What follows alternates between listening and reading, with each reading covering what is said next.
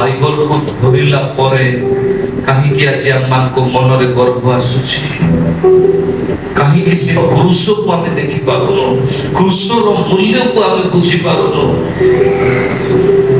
ନିଜକୁ 40-50 ବର୍ଷର ଖ୍ରୀଷ୍ଟିଆନ କହିଲା ପରେ କାହିଁକି ଆମ ଜୀବନରେ ନମ୍ରତା ରହୁନାହିଁ? ତାହା କ'ଣ ଆମର ଜିଦି ପାଇଁ ନୁହେଁ? ତାହା କ'ଣ ଆମମାନଙ୍କର ଭୁଲ ପାଇଁ ନୁହେଁ? ତାହା କ'ଣ ଆମମାନଙ୍କର ଦୁର୍ବଳ ବ୍ୟବହାର ପାଇଁ ନୁହେଁ? ଆଜି ଯଦି ଥରେ ଆମେ ଅନେକ ଦେଖିବା, ଏପରି ଅନେକ ବ୍ୟକ୍ତି ମାନେ ନିଜକୁ ଖ୍ରୀଷ୍ଟିଆନ କହିଲା ପରେ ମଧ୍ୟ ସେମାନଙ୍କର ବିହେଭିୟରରେ ଖ୍ରୀଷ୍ଟଙ୍କର ଆଚରଣ ଦେଖାଯାଉ ନାହିଁ। କୋଉଥିପାଇଁ? ମୋ ପ୍ରିୟ ପ୍ରଭୁଙ୍କ ଲୋକମାନେ, ଆପଣ ସୁସ୍ଥ ପାଇବେ, ଫେରିଯିବେ, ଆପଣଙ୍କର ରିପୋର୍ଟ ଚେଞ୍ଜ ହେଇଯିବ, ଆପଣଙ୍କ ପରିବାରରେ ଶାନ୍ତି ପଳେଇ ଆସିବ। ହେଇପାରେ କାହାର ସ୍ତ୍ରୀ ଠିକ ନଥିବ, କାହାର ସ୍ୱାମୀ ଠିକ ନଥିବ, ଠିକ ହେଇଯିବେ।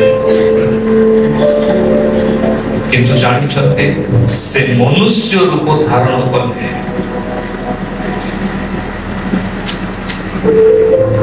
ଆଉ ନିଜକୁ କ୍ରୁଶରେ ସମର୍ପିତ କଲେ, କେବଳ ଗୋଟେ ବିଷୟ ପାଇଁ,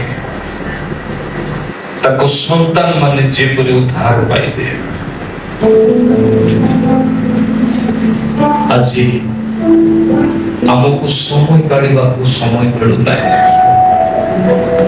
ଯଦି ନିଜର ଛୁଆ ମେଡିକାଲରେ ରହିବ, ଯଦି ନିଜର ଭାଇର କିମ୍ବା ଭଉଣୀର କାଲି ବାହାଘର ଥିବ, ସମୟ କ'ଣ ଆମକୁ ନିଦ ହେବ ନାହିଁ, ଭୋକ ହେବ ନାହିଁ।